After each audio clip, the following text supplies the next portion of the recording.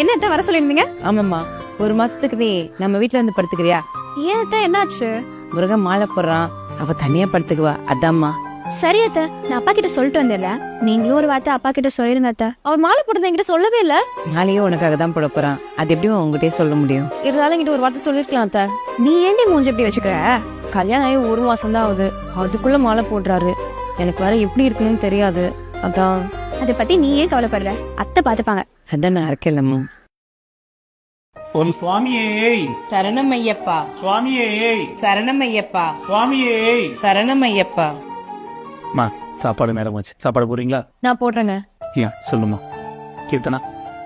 நீ வைக்க கூடாதுமா, வீட்டுக்கு தூரமா இருக்கு இல்லையா, நானே வைக்கிறேன். அம்மா தண்ணி கொஞ்சம் எடுத்துக்கோங்களே. இந்த வரேங்க. நீ எங்க போற? நீ தண்ணி எல்லாம் கொடுக்க கூடாது, நான் போய் கொடுக்குறேன்.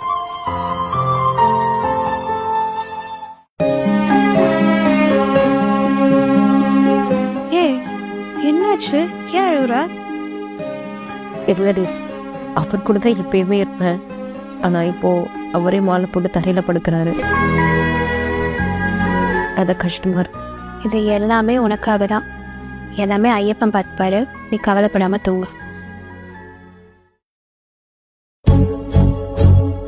தெய்வானா, தெய்வானா, நீ ஏன் கீழே படுத்திருக்க? என்ன அத்தை வர சொல்லிருந்தீங்க? ஆமாம்மா, ஒரு மாசத்துக்கு நீ நம்ம வீட்டுல வந்து படுத்துக்கிறியா? ஏன் அத்தை என்னாச்சு? முருகன் மாலை போடுறான், அவ தனியா படுத்துக்குவா, அதாம்மா. சரி அத்தை, நான் அப்பா கிட்ட சொல்லிட்டு வந்துடுறேன். நீங்களும் ஒரு வார்த்தை அப்பா கிட்ட சொல்லிருங்க அத்தை. அவர் மாலை போடுறது என்கிட்ட சொல்லவே இல்ல.